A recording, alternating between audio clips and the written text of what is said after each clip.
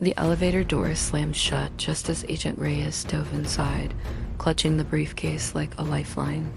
Behind her, the hallway erupted in gunfire, bullets ricocheting off the steel walls. She slammed the emergency stop.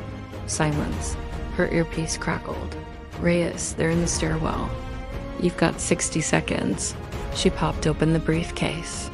Inside, a blinking red button and a note.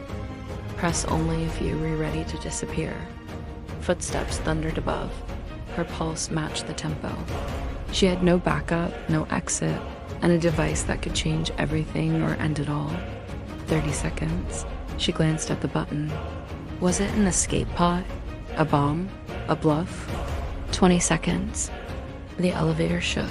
They were on top of it now. 10 seconds. She closed her eyes. Trust the mission. Trust the message. She pressed the button. Don't forget to like and subscribe.